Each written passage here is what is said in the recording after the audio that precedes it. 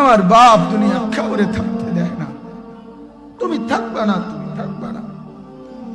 দুনিয়ার ধোকায় পড়ো না বাপ, দুনিয়ার ধোকায় পড়ো না। মাকে বুঝান। আজ মারা বেসামাল হয়ে গেছে, আজ বোনেরা বেসামাল হয়ে গেছে, বেপরদার উৎসব তুলে দিছে। এটা যেন আল্লাহর সাথে যুদ্ধ করছে। আল্লাহ করোনা না, তুমি আরো কিছু দাও, আমরা বেপরদিকে ছাড়বো না।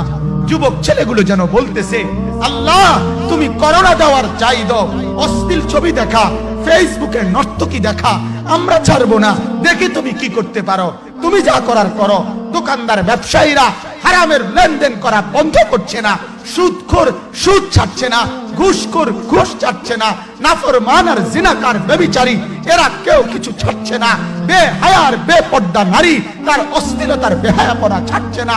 মুসলমান তার ঘরে টেলিভিশনের নর্তকীর আওয়াজ তো বন্ধ করছে না। হায় করোনা কিভাবে যাবে, আযাব কিভাবে যাবে বলেন, বলেন, বলেন আপনারা।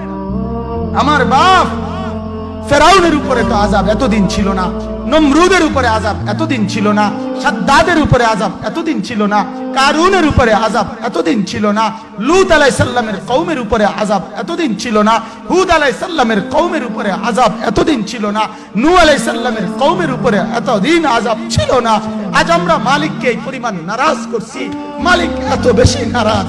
আজ 1 বছর হয়ে গেছে, 1 বছরের চাইতে বেশি হয়ে গেছে, কই করোনার মহামারীর আযাব তো যাচ্ছে না, গেছে গা বলে। আমাদের লক্ষ লক্ষ বাচ্চার পড়ালেখা বন্ধ, এরা নষ্ট হওয়ার চূড়ান্ত পর্যায়ে পৌঁছে গেছে।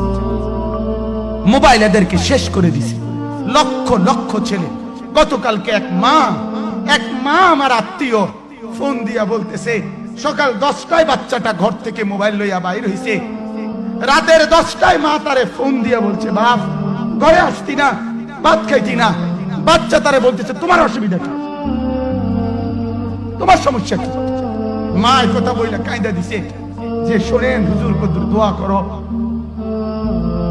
এক বাচ্চা, এক ছেলে, সে যদি তার মাকে কথা বলতে পারে, তার মানে গুনাহ তারে এত মজা দিয়া দিছে, ফেসবুক তারে এত মজা দিয়া দিছে, ইউটিউব তারে এত মজা দিয়া দিছে, নর্তকী তারে এত মজা দিয়া দিছে, গুনার দৃশ্য তারে এত মজা দিয়া দিছে, সে মাকে ধমক দিচ্ছে।